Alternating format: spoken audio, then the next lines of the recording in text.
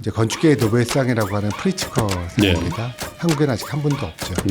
뭐 서구는 당연히 많고 일본도 많으시고 일본도 심지어 있죠. 중국도 있습니다. 예. 근데 한국에서는 아직 프리츠커 상을 받으신 분이 없습니다. 근데 우리는 서울 시내에 100년 넘은 건물들을 손으로 꼽고 그나마 대체로 다 일제 식민지 시대에 한국은행 본관도 그렇고 과거의 역사의 건축은 대부분 왕권이나 예. 아니면 종교적인 건물들이 랜드마크였었고요. 근데 미래의 건물은 사람이 주인공이 아닐 수도 있습니다. 경우에 따라서는 장비 혹은 데이터, 로봇이 되는 시대가 온 겁니다.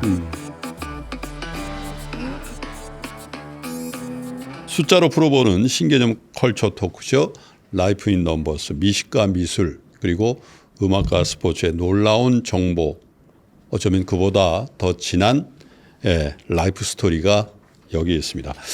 여러분, 우리 건축 서비스 산업 매출액이요 한 해에 43조 원이 넘는다고 합니다. 여러분 어떤 건물들을 떠올리시나요? 저는 뭐 저희 사무실 입주해 있는 더현대백화점도 있는 파크원이라는 이 컴플렉스도 굉장히 기념비적인 건물이라고 생각이 되고요.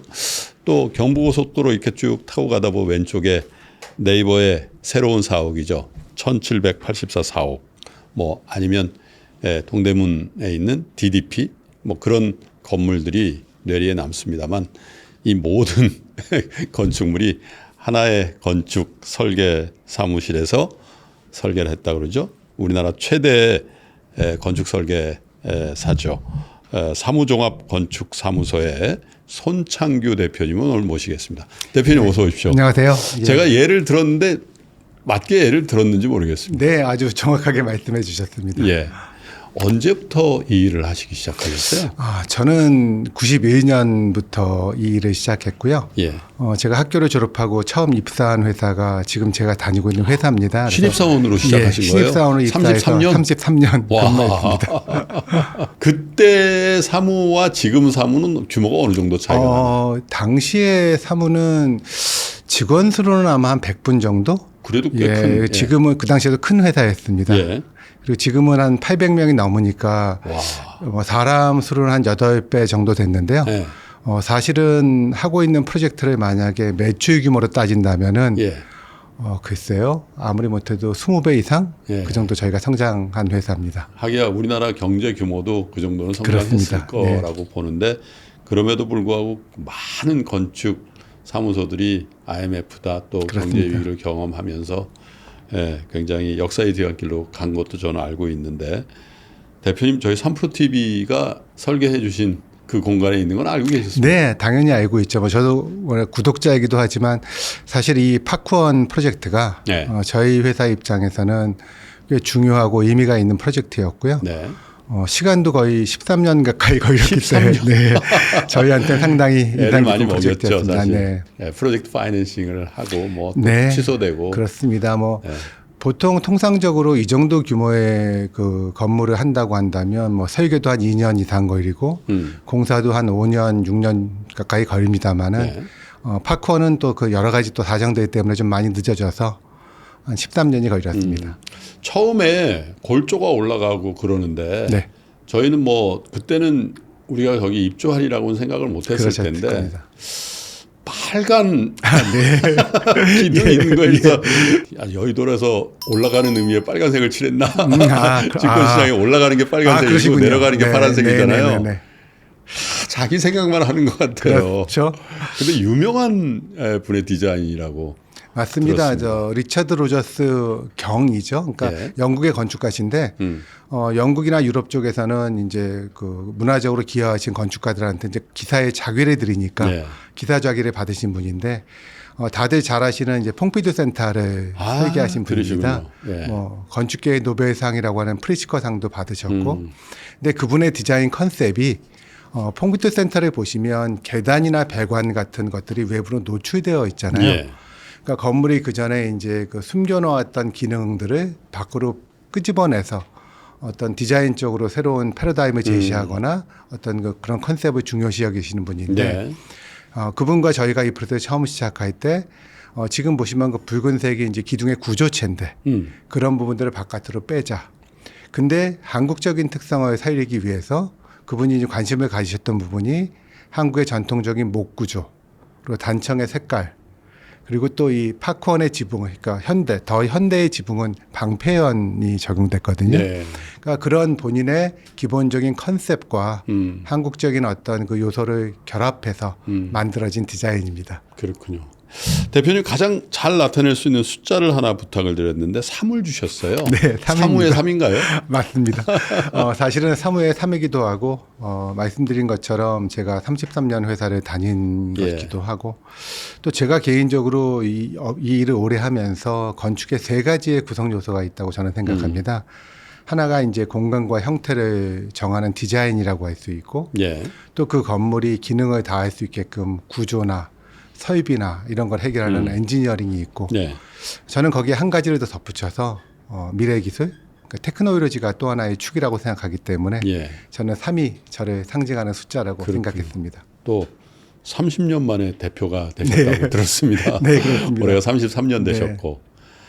그런데 뭐 우리 주변에 대표님, 뭐 대표이사, 사장님들이 워낙 많으셔서 그렇지 30년 동안 한 직장에 있기도 쉽지 않습니다. 그렇죠. 그런데 그 안에서 이제 넘버원, 그러니까 리더가 되신 거잖아요. 네.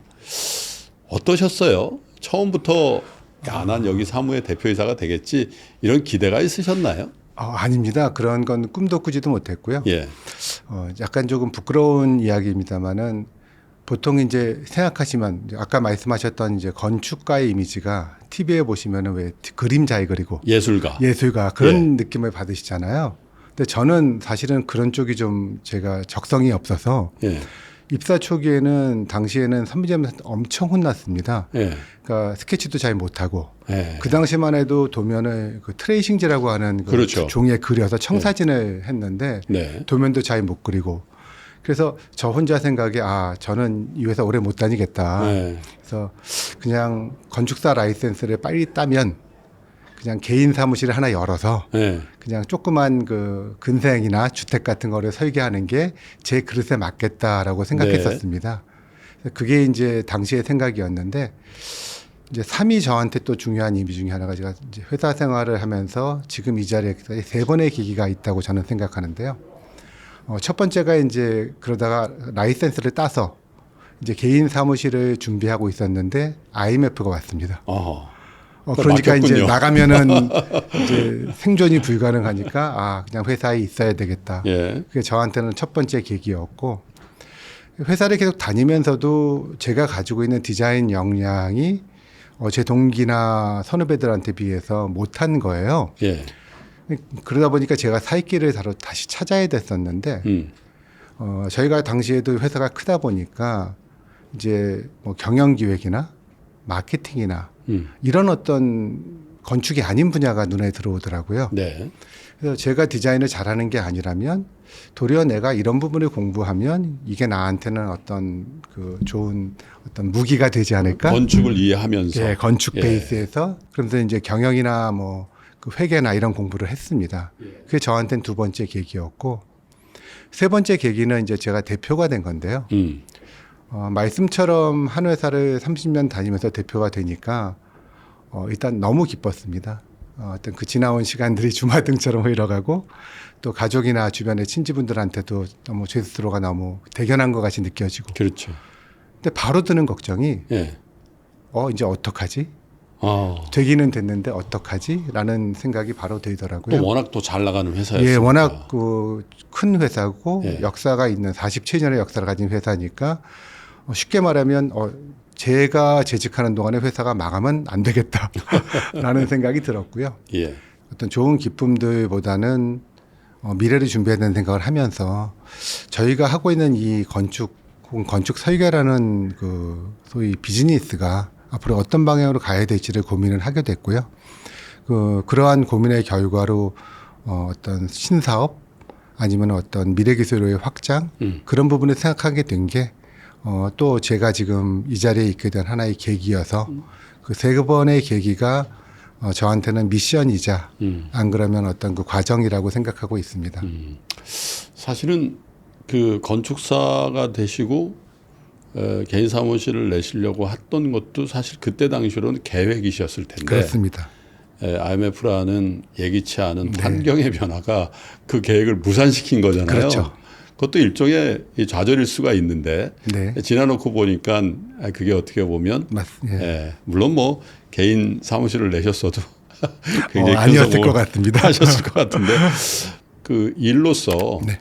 어떤 프로젝트가 가장 기억에 남으세요?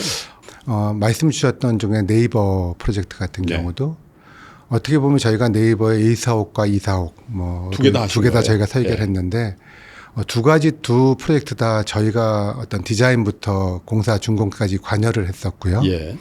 두 번째로는 이번에 이제 새로 지어진 245 저희는 1784라고 부릅니다만은 네.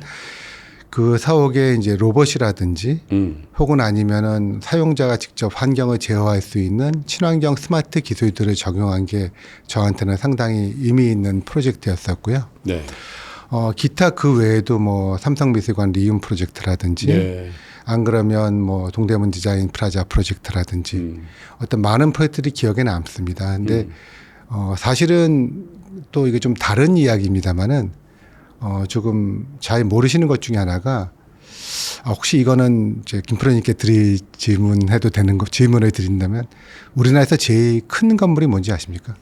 한국에서는 공장이 아닐까요? 네, 맞습니다. 빌딩은 위로 높은데 그렇죠. 공장은 고층 공장은 많이 없으니까 그렇습니다. 한 가지만 더 질문을 드리고 답변을 드릴 텐데요. 그럼 제일 비싼 건축물은 뭐라고 생각되시나요? 파크원 아닌가요? 시그니엘 아닌가요? 그 두 가지의 답은 삼성전자 평택의 반도체 공장입니다. 예, 제일 비싸고 제일 비싸고 제일 큽니다. 제일 크고. 지금 이제 한창 공사 중인 이제 저희는 평택의 P를 따고 세 번째라고 해서 P3라고 부릅니다만은 네. 저희 회사가 설계하고 있는 건물인데요. 오, 예. 30만 평이고 예. 공사비는 거의 30조 원에 육박합니다. 와. 과거의 역사의 건축은 대부분 왕권이나 예. 아니면 종교적인 건물들이 랜드마크였었고요. 현대 사회에 들어서는 사용자나 그러니까 사람이 중심되는 건물들이 많이 있습니다. 근데 미래의 건물은 사람이 주인공이 아닐 수도 있습니다. 예를 들어서 반도체 공장은 장비가 주인공이고요. 그리고 데이터 센터는 데이터가 주인공입니다. 그렇죠. 서버들. 예. 그러니까 사람이 중심이 되는 공간에서 그 건물의 어떤 그 사용자 축이 경우에 따라서는 장비 혹은 데이터 아니면 로봇이 되는 시대가 온 겁니다. 근데 말씀드렸듯이 저희가 하고 있는 그런 그 삼성전자의 공장들은 저희는 그거를 이제 하이테크 프로젝트 혹은 아니면 이제 그 건물들을 팹이라고 부르는데 그 건물이 가지는 뭐 상징성과 중요도를 생각한다면 어떻게 보면 삼성전자의 경쟁력의 근간이기도 하고요. 그리고 어떻게 보면 대한민국 경제의 한 축이기도 하고. 그래서 그러한 공장들을 얼마나 저희가 빠른 시간 내에 또 공사비를 요새 공사비가 너무 많이 상승했기 때문에 공사비를 절감하고 그렇죠.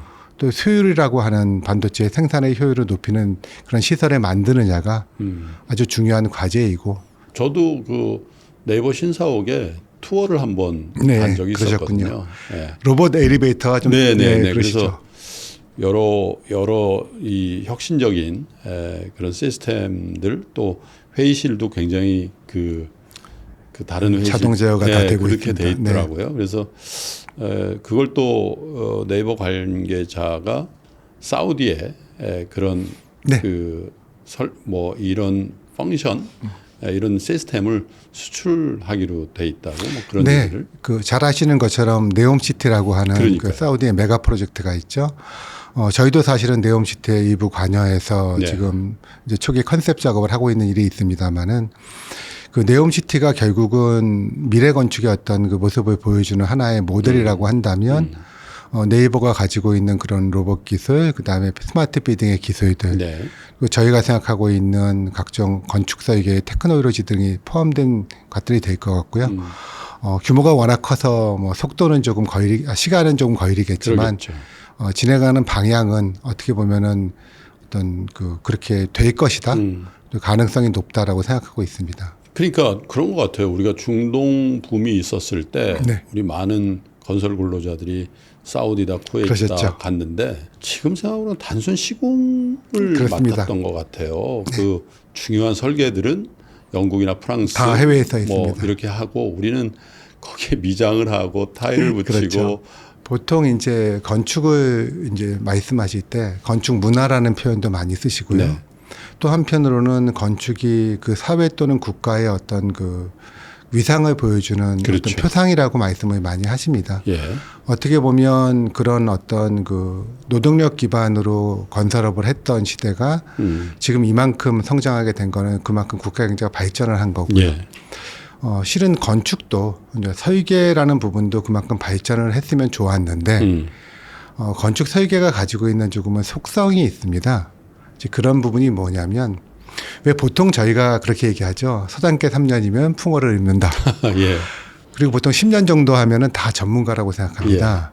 근데 저희가 하고 있는 이 업이 경험 기반의 지식 산업이거든요. 그러니까 경험이 전달돼야 되는데 이게 이제 과거에 보면은 과거엔 경험이 전달 방식이 도제 방식처럼 선배에서 후배에게로 전달되는 거다 보니까 네. 시간이 많이 걸립니다. 예.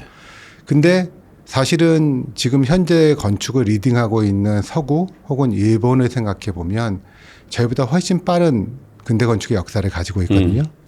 그러니까 그동안 축적해 놓은 경험과 지식이 많은 겁니다. 그럼 이 부분을 제가 따라잡기 위해서는 어떻게 해야 될까를 이제 사실은 저희 회사 입장에서도 고민을 하는 부분인데 건축을 이루고 있는 것이 디자인, 엔지니어링 그리고 테크놀로지라고 한다면 예.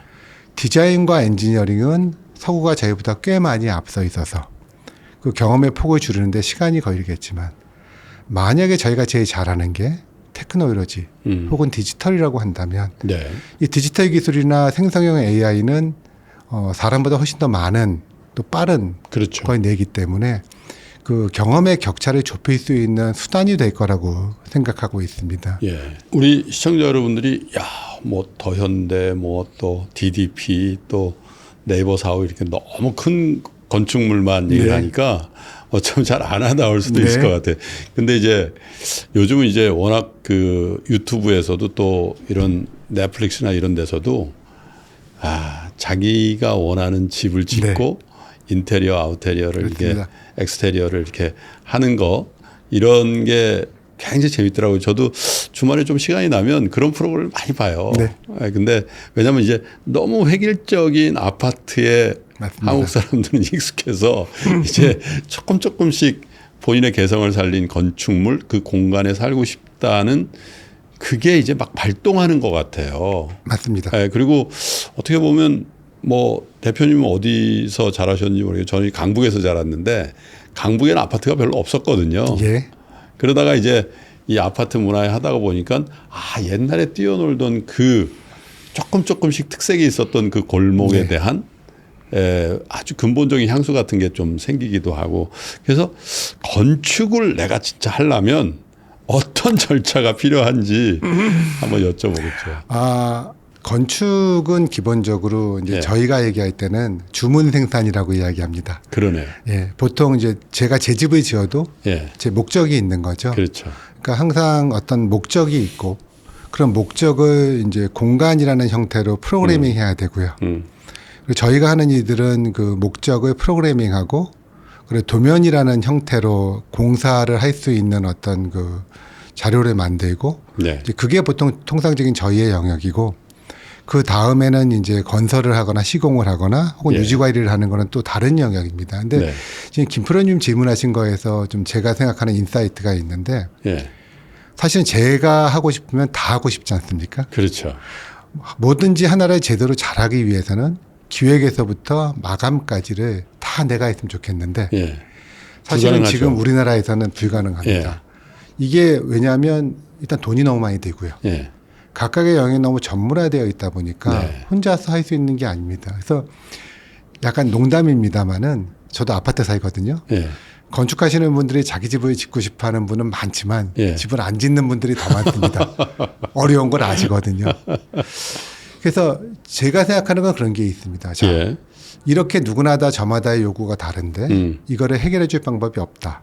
혹은 아니면 다른 사람의 힘을 빌려야 한다고 한다면 이런 것들이 만약에 하나의 어떤 통합된 형태로 어떤 서비스가 이루어지거나 아니면 요즘 표현으로 어떤 플랫폼이 된다면 어떨까? 네. 그러니까. 사실 저희가 큰 건물들을 설계를 많이 하지만 우리나라 건물의 90%는 그렇죠. 근생, 주택, 예. 그리고 조그만 뭐 상업시설들, 꼬마 빌딩 같은 거. 꼬마 빌딩들. 예. 그 대부분의 90%가 저희보다 훨씬 규모가 작은 개인 사무실이나 작은 사무실에서 하는데 이제 제가 갖고 있는 어떤 그 꿈은 뭐가 있냐면 저희 같은 대형 회사와 그런 작은 회사와의 경험과 기술력의 차이가 존재합니다.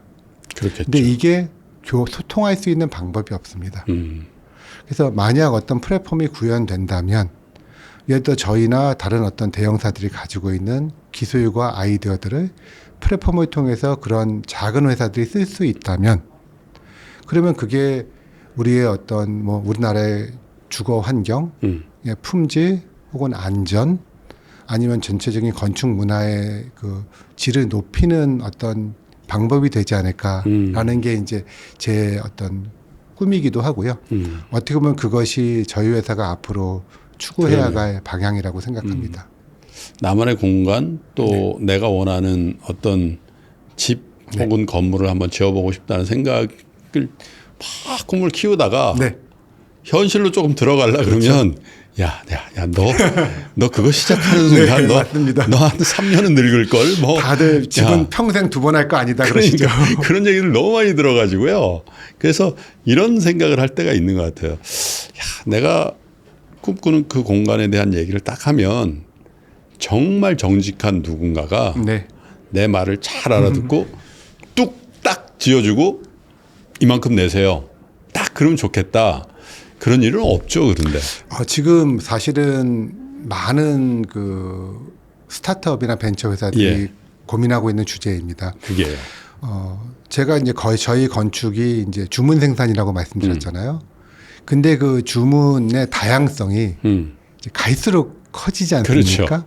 그러니까 취향도 다변화되고 뭐 가족 구성도 다변화되고 예.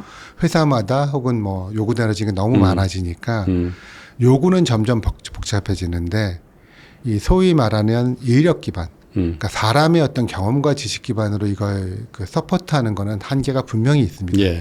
그러다 보니까 그 좋은 서비스를 받기가 어려우신 거예요. 그래서 이제 제가 말씀드렸던 것 중에 하나가 그걸 만약에 플랫폼화 한다면 그러니까. 그래서 뭐 하다못해 주택을 설계하는 것이든지 가구를 고르는 거라든지 예. 인테리어 마감을 정한다든지 예. 이런 부분은 많은 그 테크 기업들이 네. 시도를 하고 있습니다. 근데 이제 제가 생각하는 거는 그러한 어떤 그 이 부분이 아니라 예. 어떤 건물 전체의 그 라이프 사이클을 생각하면 초기에 어떤 필요성, 목적이 있고 그다음에 기획에서부터 시작해서 설계, 시공, 그다음에 운영까지 유지관리까지 가는데 예. 이 전체의 라이프 사이클을 커버할 수 있는 플랫폼이 생긴다고 한다면 이것이 어떻게 보면은 이 업을 하고 있는 그래도 대한민국에서 큰 회사의 리더로서 가져야 되는 목표가 아닌가라고 저는 생각하고 있는 거고요. 제가 생각할 때는 앞으로 3년에서 5년 정도면 가능하다고 보는데, 그러니까 전체는 아니겠지만 예. 요즘에 생성형 AI가 그렇죠. 충분히 어느 정도 그 발전 속도를 감안했을 때는 가능성이 있다고 보여지고, 이 모든 것들이 저희가 데이터가 되게 많은 업이거든요. 네. 그러다 보니까 이제 데이터를 통해서 생성형 AI를 학습을 거치면 아마도 어느 순간에는 프로님 말씀 주신 것처럼 내가 요구사항을 말하면 거기에 대한 아이디어를 제공해주는 툴이 나올 텐데요. 예. 근데 이제 여기서 중요한 건 그건 아마 80점짜리나 70점짜리가 될 겁니다. 예. 그거를 90점 이상 100점으로 만드는 건 그건 여전히 사람이죠. 건축가의 영역일 거고 디자이너의 몫이라고 생각합니다. 그러면서 대한민국처럼 획일된 주거 형태의 지위고하를 막론하고 또 빈부를 막론하고 이렇게 적응하면서 순응하면서 살고 있는 나라가 있을까? 아마도 없을 겁니다. 없겠죠. 네, 없을 거고 주거 문화에 대해서도 여러 가지 어떤 변화가 필요한 시점이고요. 그러니까 그러니까요. 지금까지의 주거가 어떤 사는 공간이라기보다는 가치로서의 부동산에 그러니까요. 대한 관점이 너무 높았잖아요. 자산으로서 생각을 많이 그렇습니다. 하니까. 근데 이제는 좀 변화가 있을 거라고 생각을 하고 있고요. 예.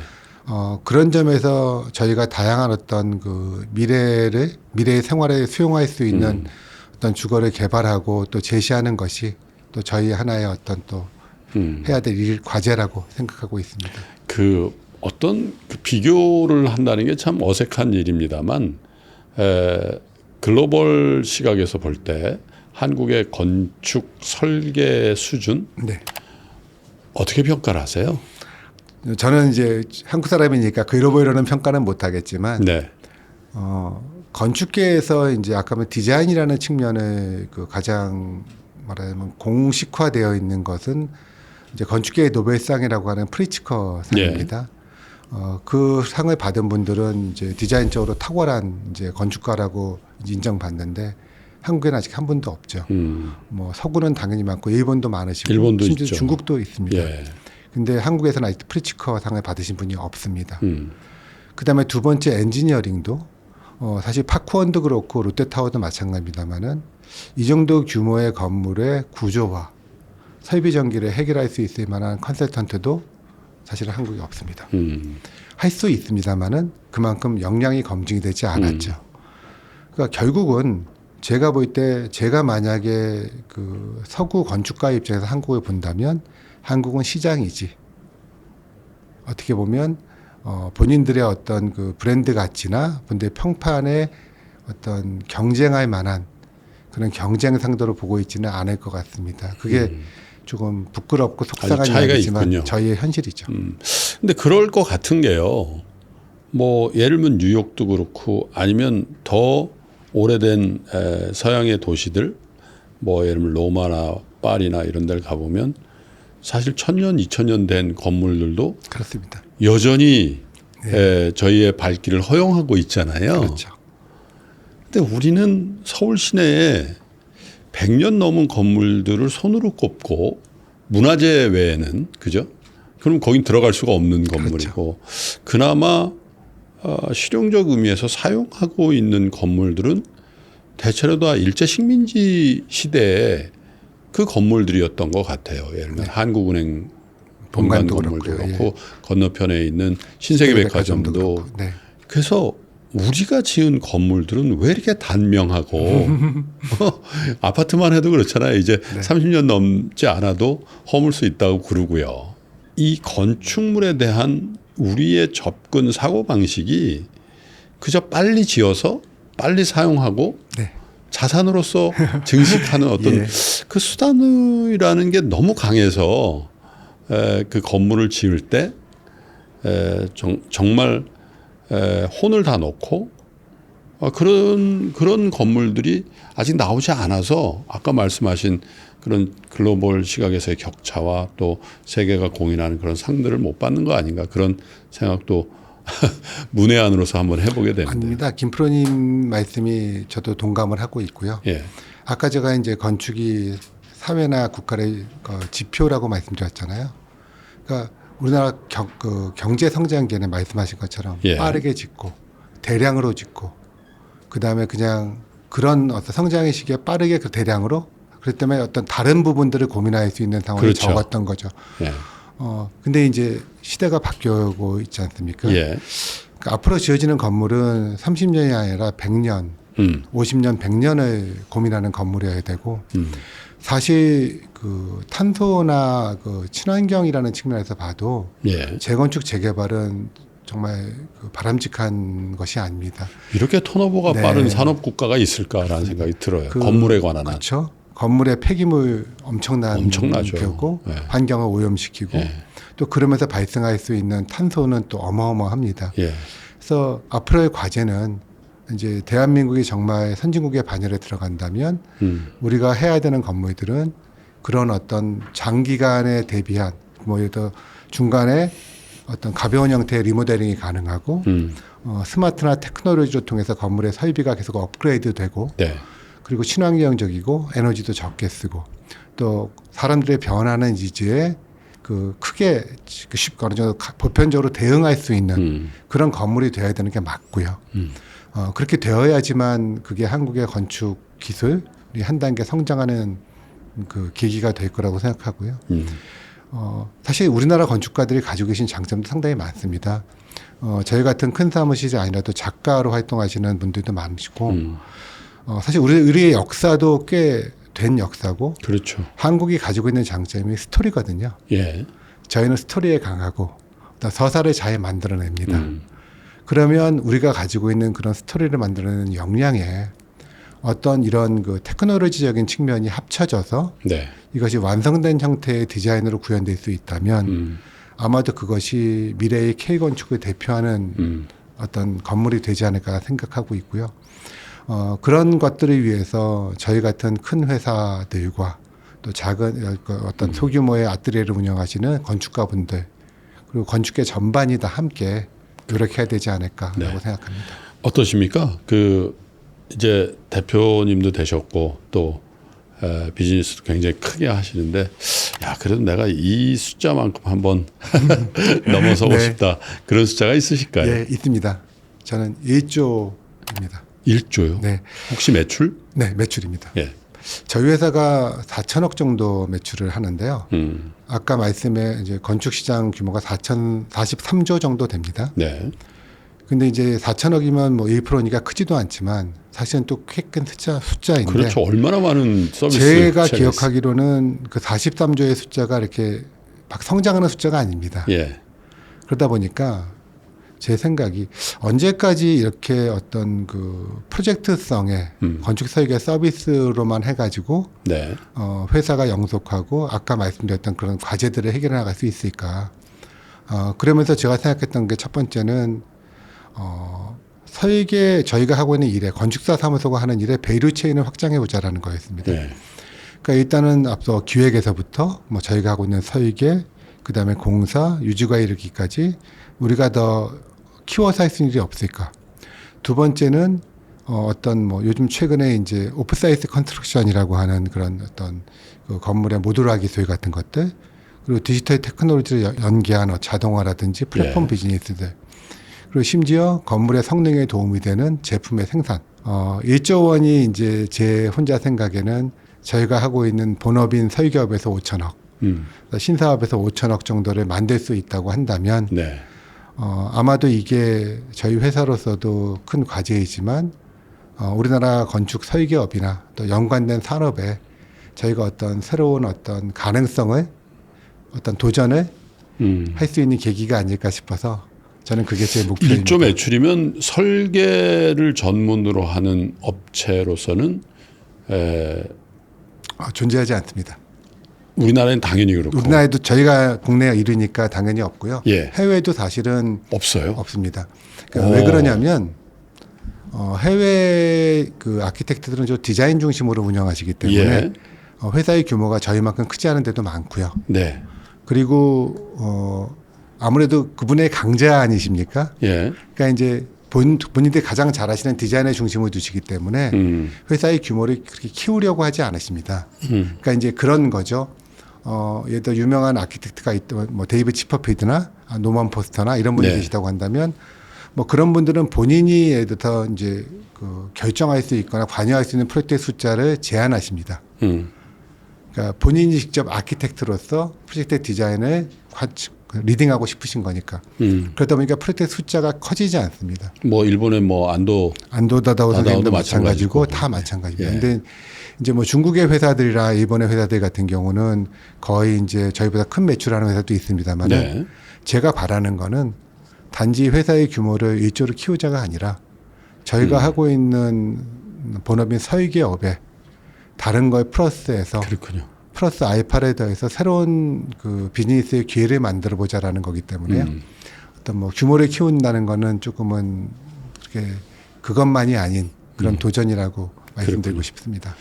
지금 뭐 사실 소프트웨어적인 측면에서 대한민국이 전 세계에 굉장히 의미 있는 자취들을 남기고 있지 않습니까? 그래서 건축 분야도 지금은 좀 떨어져 있다라고 자평해 주셨는데 대표님과 또 동료들도 한국의 건축에 관련된 분들이 많이 노력해 주셔서 한국의 집 짓기, 한국의 건축, 설계 이런 것들이 세계적인 수준이라고 평가받는 날이 곧 올 것 같고요. 그렇게 해주셨으면 고맙겠습니다. 말씀처럼 한 회사의 경영자로서가 아니라 어떻게 보면 저는 제 역할을 계주의 중간 주자라고 생각하거든요. 네. 그러니까 제가 선배님으로부터 바톤을 이어받았고 또 제 후배에다 넘길 거고 또 저희 회사뿐만 아니라 저희 업계 전체도 그럴 텐데 저희 후배가 좀 더 좋은 성과를 낼 수 있고 그렇군요.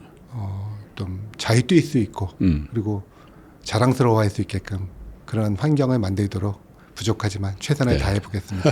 감사합니다. 계주에도 바톤 터치가 있습니다만은 또 저는 쇼트트랙에도 그 계주가 밀어주는 있잖아요. 게 있죠. 밀어주더라고요. 네, 그렇습니다. 단순히 그냥 바톤을 주는 게 아니라 네. 팍 밀어주는 그런 리더가 되셨고 또 앞으로도 확실하게 밀어주실 것 같다는 생각이 듭니다. 대표님 오늘 감사드리겠습니다. 네, 고맙습니다. 감사합니다. 여러분 라이프 인 넘버스를 잘 보셨다면 좋아요와 구독을 눌러주세요.